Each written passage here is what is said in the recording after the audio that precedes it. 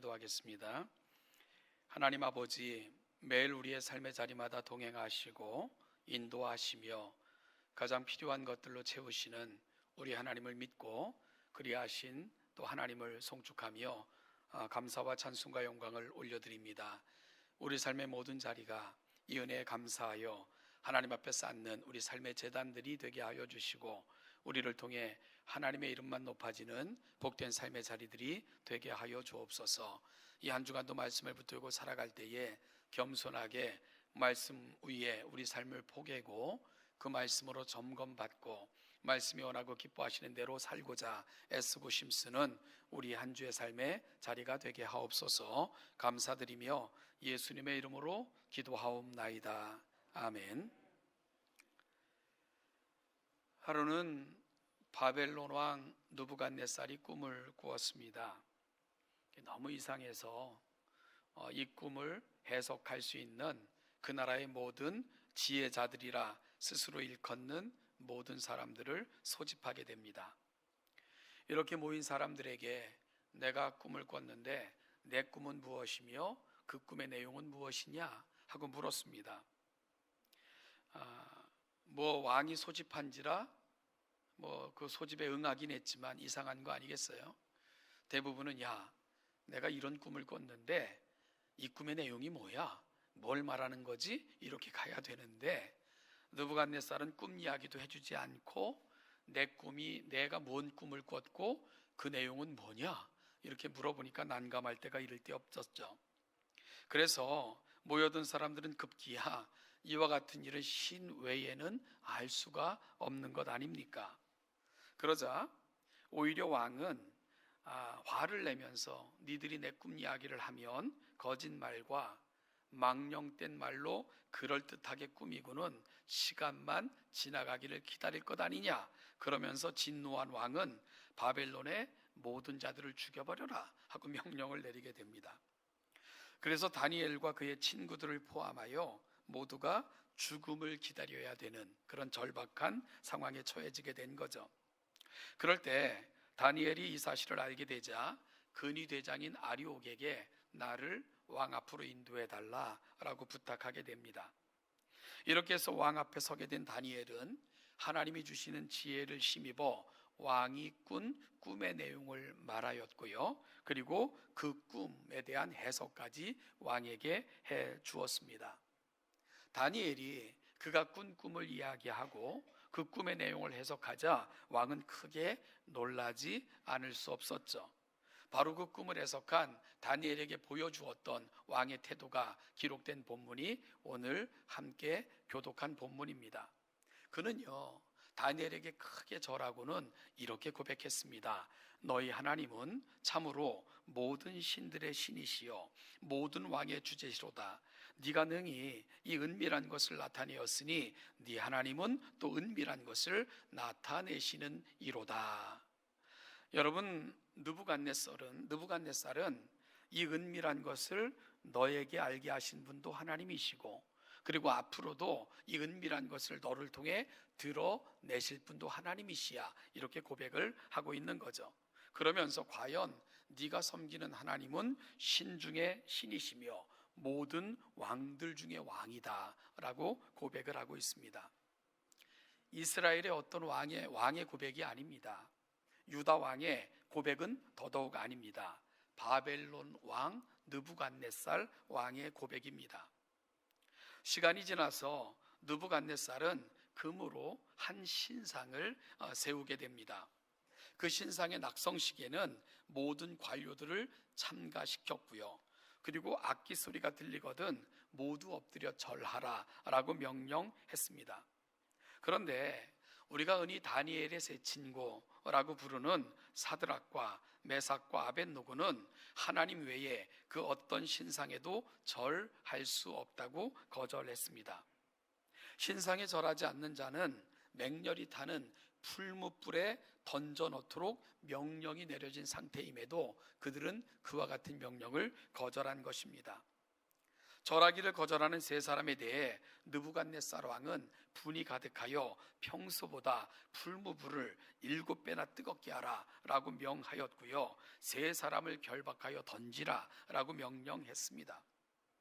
불이 얼마나 뜨거웠던지 세 사람을 불에 던지기 위해 결박하여 끌고 갔던 그 사람들조차 태워 죽일 만큼 맹렬한 불이 바로 그 세 사람을 기다리고 있었던 풀무불이었습니다. 세 사람은 결박되어 풀무불 속에 던져지게 되고요. 그런데 우리가 너무나도 잘 아는 것처럼 풀무불에 던져졌던 세 사람들은요, 머리칼 한 톨 그슬리지 않았고요, 심지어 그들이 나왔을 때는 불탄 냄새조차 없었습니다. 심지어 느부갓네살은 세 사람이 풀무불 속에 던져질 때에 네 다른 사람을 보게 되는데, 그 세 사람 사이를 거니는 네 명의 다른 사람들을 보게 되는데, 그 중에 넷째는 신들의 아들같이 보이는 그 형상을 보게 됩니다. 느부갓네살은 깜짝 놀라서 급히 맹렬히 타는 풀무불 앞으로 달려가 던져진 세 사람을 불렀습니다. 지극히 높으신 하나님의 종 사드락과 메삭과 아벳느고야, 이리로 나오너라 라고 불렀죠. 그러자 불 가운데서 그들이 걸어 나오는 것이었습니다. 그러자 그들의 모습을 보고는 느부갓네살 왕이 이렇게 고백했습니다. 사드락과 메삭과 아벳느고의 하나님을 찬송할지로다. 그가 그의 천사를 보내사 자기를 의뢰하고 그들의 몸을 바쳐 왕의 명령을 거절하고 그 하나님 밖에는 다른 신을 섬기지 아니하며 그에게 절하지 아니한 종들을 구원하셨도다. 그러므로 내가 이제 조서를 내리노니 각 백성과 각 나라와 각 언어를 말하는 자가 모두 사드락과 메삭과 아벳느고의 하나님께 경솔히 말하거든 그 몸을 쪼개고 그 집을 거름토로 삼을지니 이는 이같이 사람을 구원할 다른 신이 없음이로다 라고 말합니다. 여러분, 누구의 고백입니까? 역시 이스라엘 어느 한 왕의 고백이 아닙니다. 하나님을 섬긴다고 했던 유다 백성 중에 어느 한 왕의 고백 더더욱 아닙니다. 이방 왕 느부갓네살의 입에서 나온 고백입니다. 바벨론이 망하고 새로운 나라 메대가 세워졌습니다. 학술적으로는 메데바사 제국이라고 불렸던 나라죠. 메대 사람 다리오는 고관 120명을 세워 전국을 통치하게 하였고요, 이들 위에 총리 3명을 두어 그들을 관할하게 하였습니다. 이 3명의 총리 중 한 사람으로 임명된 사람이 바로 다니엘이었습니다. 다니엘은 어떤 고관들보다 또한 다른 2명의 총리보다 훨씬 뛰어났습니다. 그러자 다리오 왕은 다니엘로 하여금 전국을 다스리게 할 그런 계획을 세우게 됩니다. 이를 알게 된 다른 2명의 총리들과 고관들은 다니엘을 고소하고자 흠을 찾기 위해 혈안이 되었습니다. 다니엘이 포로로 잡혀온 주제에 그들 위에 뛰어난 것을 차마 그들은 용납할 수 없었던 듯 보입니다. 그러나 정치적으로는, 그리고 또한 부정부패에 있어서는 어떤 흠도 발견할 수가 없었습니다. 그러자 2 총리들과 고관들은 다른 곳에서 다니엘을 고발할 꾀를 생각해내게 되는데요, 그들이 생각해낸 꾀는 다니엘의 신앙을 빌미로 그를 함정에 빠뜨리는 것, 그들이 세웠던 계획입니다. 그래서 다리오 왕을 부추겨 이렇게 말했습니다. 다리오 왕이여, 만수무강하옵소서. 나라의 모든 총리와 지사와 총독과 법관과 관원들이 의논하고 왕에게 한 법률을 세우며 한 금령을 세우실 것을 구하나이다. 왕이여, 그것은 이것인데요, 이제부터 30일 동안 누구든지 왕 외에 어떤 신에게나 사람에게 무엇을 구하거나 절하면 사자굴 속에 던져 넣으라고 금령을 내리십시오. 그러므로 왕의 이름이 온 천하에 높아지며 오직 왕만이 경배받으실 이라는 것을 드러내십시오 라고 건의했습니다. 그리고 이 조서에 왕의 도장을 찍으시면 모든 사람들이 이 일을 알게 할 것입니다 라고 건의하게 됩니다. 여러분, 모든 총리와 고관들의 뜻이다, 라고 건의하니까 물론 다니엘은 여기 참여하지도 않았는데 거짓말하고 있는 거죠. 왕은요 그들의 말대로 도장을 찍어 금령을 내리게 되었습니다. 물론 다니엘도 그와 같은 금령이 내려진 것은 분명히 알았고요. 그러면 그 명령 앞에 이 명령을 어기면 어떻게 됩니까? 사자굴 속에 던져져서 사자 짐승의 먹이가 되도록 그 금령에는 그 조서에는 왕의 도장이 찍혀서 이미 배포된 그런 상태였습니다. 그 명령 앞에 다니엘은 어떤 모습을 보였을까요?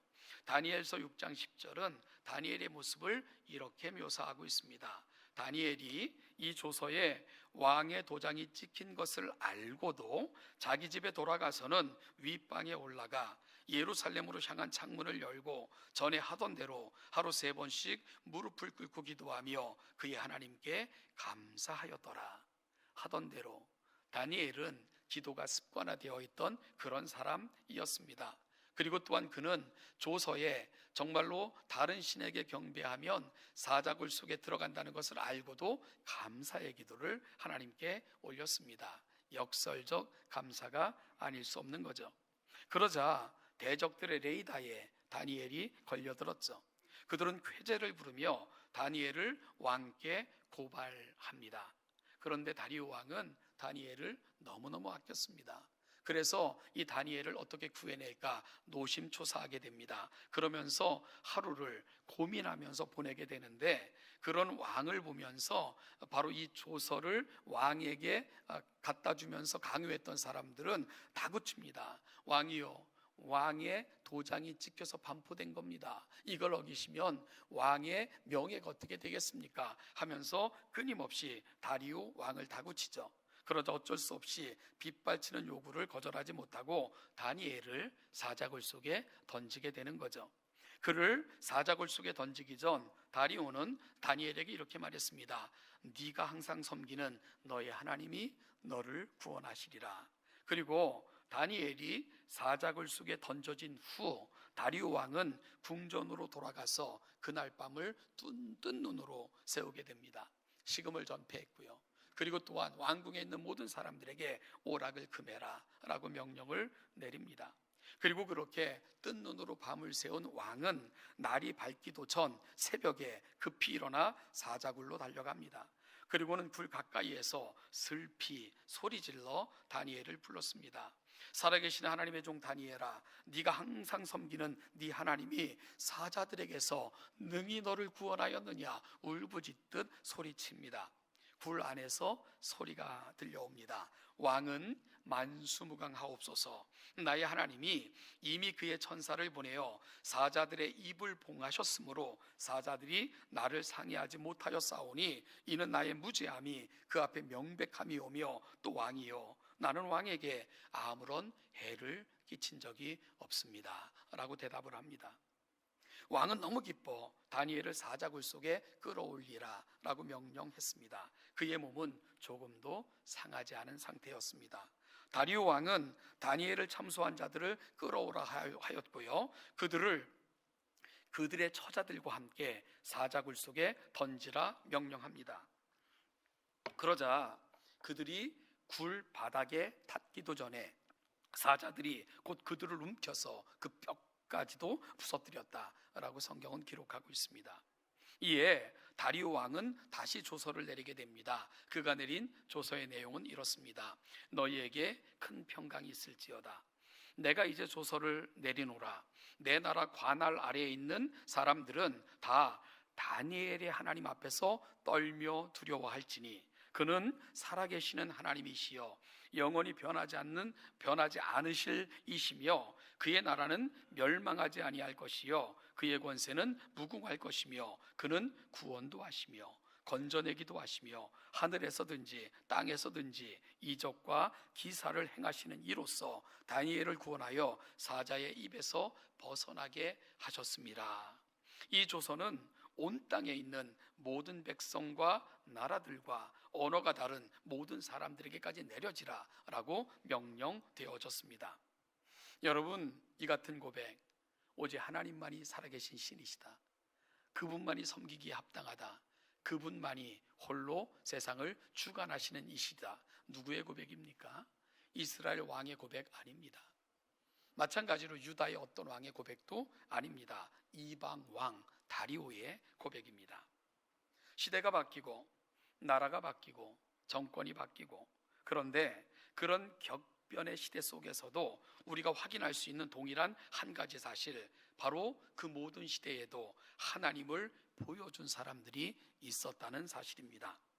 이들은 결국 이방 왕의 입을 통해 하나님만이 유일한 신이시고 왕 중의 왕이시며 홀로 살아계신 이심을 고백하게 만들어 놓았습니다. 여러분, 내 백성 이스라엘은 참되신 하나님을 버리고 이방 신들을 음란하듯 섬겼으며, 나라가 어려울 때, 힘이 들 때는 하나님께 달려간 것이 아니라 그들은 이방 왕들이 그들의 보호자인 것처럼 그들에게 달려가기에 급급했습니다. 그들은 하나님을 살아계신 하나님이 아닌 형식적인 의례적인 종교의 대상으로 바꾸어 버렸습니다. 이것이 그들이 바벨론으로 끌려갈 수밖에 없었던 이유였습니다. 하나님이 그들을 버리신 것이 아닙니다. 그들이 하나님을 버렸습니다. 그리고 그들이 의지하는 것들을 붙들었을 때에 그들은 그들의 소나기에 붙잡히고 말게 된 것입니다. 이것이 바로 바벨론 포로 사건이 갖고 있는 의미입니다. 당시 세계에서요, 이 구약 성경, 특별히 다니엘서와 같은 성경이 기록될 당시 그 나라에서는 여러분, 포로가 되는 것, 한 나라가 한 나라에 의해서 망하는 것, 이것은 그들이 섬기는 신이 그들을 정복한, 그들을 이긴 그 신에 의해 포로가 되거나 진 것을 의미했던 그런 시대였습니다. 특별히 성경의 배경이 되는 그 지역은 그런 의미가 훨씬 더 강했던 지역입니다. 따라서 이스라엘이 바벨론의 포로가 되었다는 것은 사실 하나님께서 바벨론이 섬기는 신의 포로가 되신 것과 같은 의미로 취급되어졌던 시대입니다. 하나님의 이름이 수치와 불명예 그리고 조롱의 대상이 되신 것입니다. 그러면 왜 하나님께서는 스스로 이방의 포로가 되신 것처럼 스스로 수치와 불명예 그리고 조롱을 감내하시면서까지 내 백성을 이방 나라에 넘기신 것일까요? 그 의미가 무엇일까요? 후에 사도 바울은 유대인들의 구원에 대해 말하는 중에 아주 의미심장한 말을 하고 있는 것을 발견하게 되는데요, 저와 여러분들은 이제 성경을 옮겨 로마서 11장으로 한번 가보겠습니다. 로마서 11장 신약 성경 254면을 같이 한번 피겠습니다.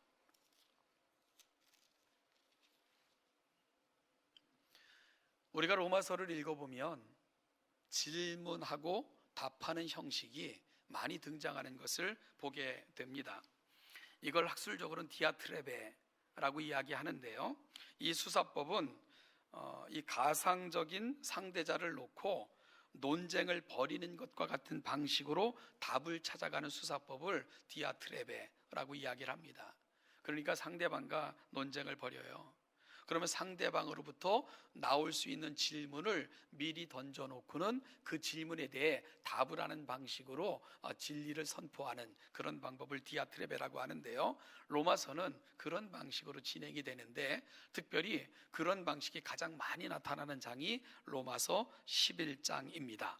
먼저 11장 1절을 보면 사도 바울은 이런 질문을 합니다. 하나님이 자기 백성을 버리셨느냐? 라고 질문을 합니다. 그리고 이 질문에 대해 대답하기를 어떻게 대답을 합니까? 그럴 수 없느니라.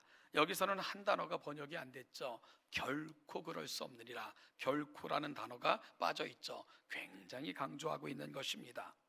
그러면서 유대인들이 하나님을 떠난 이 사실 앞에, 그러면 하나님이 유대인들이 자기 백성이라고 말씀하셨, 자기 백성을 버렸냐?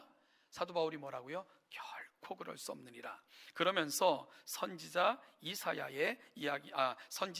엘리야의 이야기를 들려줍니다. 엘리야 시대 배도가 가장 심각했던 시대입니다. 그 시대에 엘리야는 이스라엘을 고발합니다. 로마서 11장 3절입니다. 우리 한번 3절을 같이 읽어볼까요? 엘리야의 고백입니다. 시작. 주여,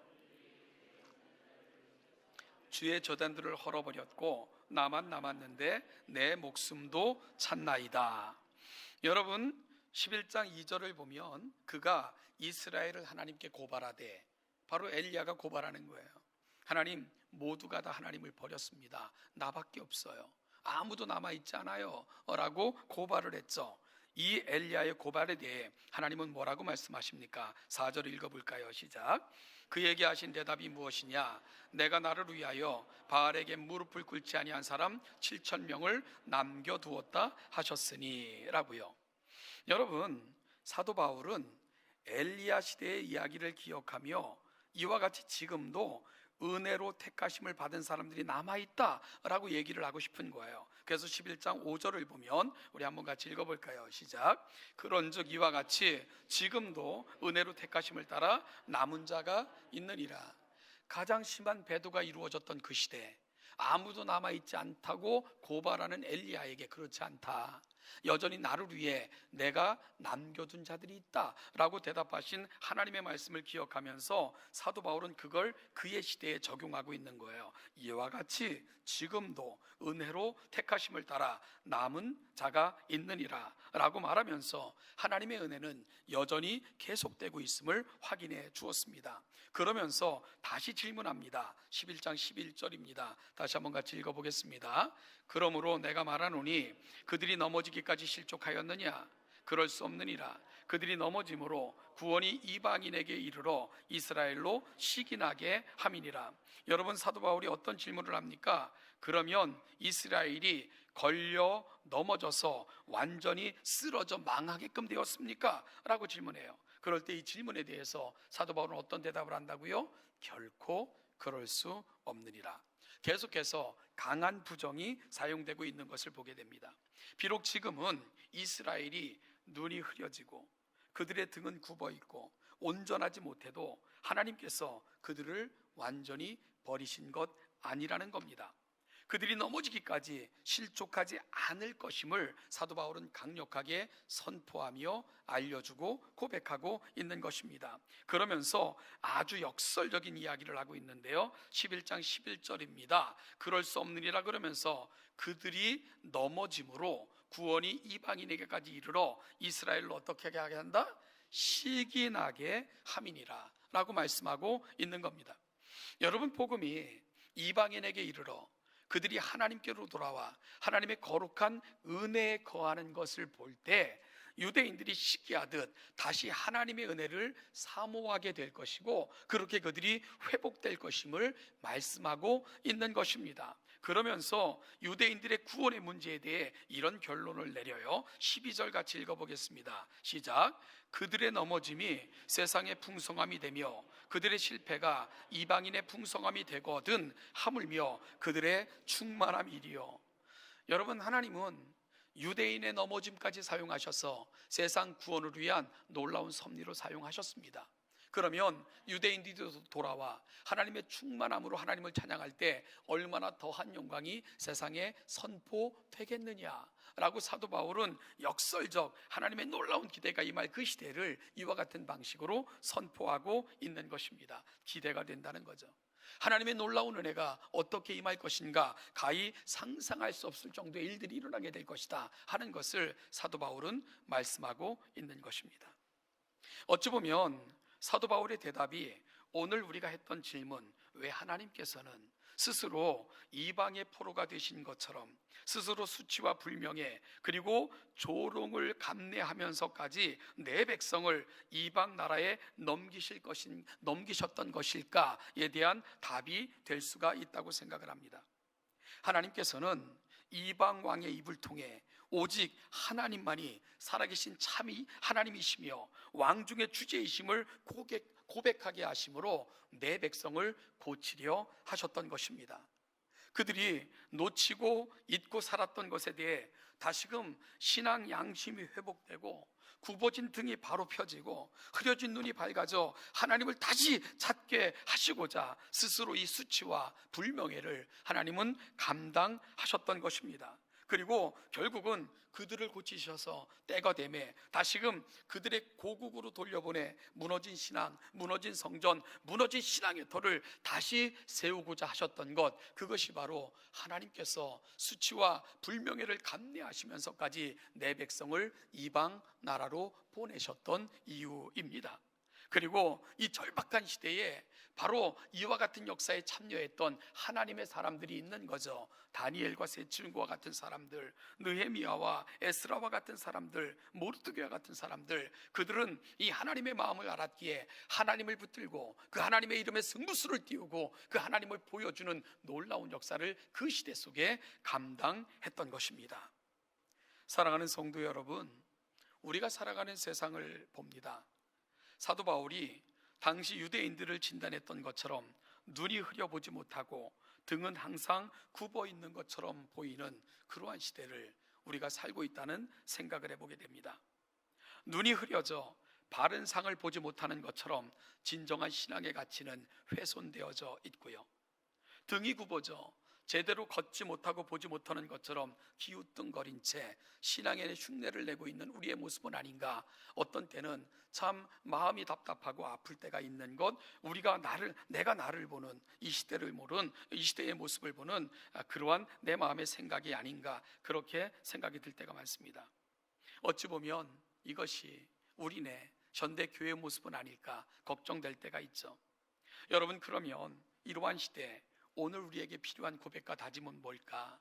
이러한 시대는 누가 필요할까?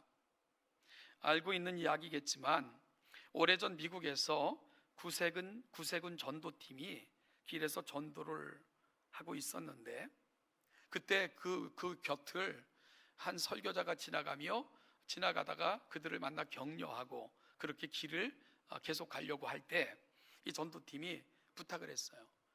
그냥 가지 마시고 우리에게 말씀을 좀 전해 주십시오. 그래서 즉석으로 그곳에서 설교를 하게 됐습니다. 그의 설교를 듣고 있었던 한 사람, 설교가 끝나자 그 목사님 앞으로 다가왔어요. 그리고 명함을 한 장 내밉니다. 그리고 그 명함 뒤에 토요일 오후 4시 아카데미 과학관이라고 쓰여있는 자기 명함 뒤편에 그 글을 써가지고 그 목사님에게 전달했습니다. 그러면서 혹시 그 시간에 저와 기독교와 불가지론에 대해서 대결을 벌여보실 생각은 없습니까? 라고 제안을 했어요. 이 제안을 받은 목사님은 예수님과 성경을 부인하고 믿지 않으며 기독교를 정면으로 비판하는 지성인들의 모임인, 스스로 지성인들의 모임이라고 그렇게 스스로 일컫는 불가지론 협회 회장님이셨군요 라고 인사를 하고는 좋습니다, 선생님의 초청에 응하겠습니다. 그 시간 제가 그 아카데미 과학관으로 4시에 가겠습니다. 그런데요, 저도 한 가지만 요청해도 되겠습니까? 라고 요청을 했어요. 바로 선생님의 불가지론을 듣고 혹시 삶이 변화된 사람이 있으면 2사람만 데려와 주십시오. 한 명은 남자이고 한 명은 여자이면 더 좋을 것 같습니다. 라고 제안을 했습니다. 이전에는 타락하고 비참한 삶을 살다가 선생님이 가르치는 불가지론, 그 이야기를 듣고 그 가르침을 받고 삶이 변화된, 그래서 지금은 전혀 다른 삶을 살고 있는 사람이 있다면 그 2사람만 데리고 오시면 제가 기꺼이 그 모임에서 선생님과 같이 논쟁할 그런 마음의 각오가 있습니다 라고 이야기하면서 놀라운 얘기를 했어요. 저는요 100명을 데려가겠습니다. 그런 사람 100명을 데려가겠습니다. 선생님은 2명만 데려오셔도 됩니다 라고 제안을 했어요. 이 목사님의 이야기가 끝나기도 전에 그 전도대 팀으로 그 앞에서 열심히 전도하던 10대 후반의 소녀가 손을 들었습니다. 목사님, 그 모임에 제가 증인으로 가겠습니다. 제가 증인으로 가서 그 예수 그리스도 때문에 변화된 내 삶의 이야기를 그 중에 내가 증인으로 참여하여 전하겠습니다 라고 이야기하는 거예요. 그러자 그 자리에 있었던 전도팀 사람들이 여기저기서 저도 가겠습니다, 나도 가겠습니다, 그 증언의 모임에 저도 참석시켜 주십시오, 나도 내가 만난 예수 그분을 말하고 싶습니다 하면서 여기저기서 동참하겠다는 손들이 사방의 목소리가 들려왔습니다. 그러자 그 신사는 야릇한 미소를 지으면서 없었던 일로 합시다 그러면서 황급히 그 자리를 떠나게 됩니다. 사랑하는 여러분, 이 시대는 누가 필요할까요? 세상은요, 우리 교리에 대해서 관심이 없습니다. 세상은요, 우리 찬양에 대해서도 관심이 없습니다. 지금 세상에 필요한 건 하나님을 보여주는 사람들입니다. 하나님을 보여주는 사람들, 지금 세상에는 그런 사람들이 필요합니다. 예수님이 내 삶에 찾아오셨을 때 그분으로 말미암아 그분 때문에 나는 이런 삶을 살고 있어요. 그 예수님이 내게 어떤 분이신가를 온 삶으로 증명해낼 수 있는 사람들, 어찌 보면 세상은 그런 사람들을 기다리고 있는지 모릅니다. 어찌 보면 세상이 믿는 사람이 왜 그래? 라는 그들의 조롱 속에는 정말 참 믿음의 사람을 기다리고 있는 건 아닌지, 그런 사람들을 보고 싶어 하는 건 아닌지, 그대로 너희들은 달라야지 하는 기대를 표현하고 있는 건 아닌지, 오늘 다시 한번 우리가 살아가는 세상 속에 나는 어디에 서 있는가를 점검해보는 귀한 이 아침이 됐으면 좋겠습니다. 사랑하는 여러분, 우리가 하나님을 보여줘야 됩니다. 하나님을 보여주는 사람들을 통해 이방 왕은 하나님만이 살아계신 신이시며 그분만이 역사의 주인이시며 모든 세상의 왕들 위에 뛰어난 왕이십니다 고백할 수 있었습니다. 우리를 통해 세상이 왕 대신 살아계신 유일하신 하나님, 그 하나님을 만나게 되기를 주님의 이름으로 축복합니다. 기도하겠습니다. 하나님 아버지, 우리에게 맡겨진 삶을 시작합니다. 하나님 아버지, 우리가 살아가는 삶의 자리에서 정말 하나님의 이름, 그 이름에 우리의 승부를 걸고 그 하나님이 내 삶에 어떠한 분이신가를 보여주는 삶을 살기로 다짐하며 우리의 삶의 자리로 떠나는 우리 복된 주의 백성들 되게 하옵소서. 우리가 걸어가는 삶을 통해 세상은 하나님을 보고 하나님을 만나며 하나님을 경험하는 영광에 이를 수 있도록 우리를 사용하여 주옵소서. 그리 결단하고 떠나는 오늘 이 예배의 자리가 되게 하여 주옵소서. 예수님의 이름으로 감사하며 기도하옵나이다. 아멘.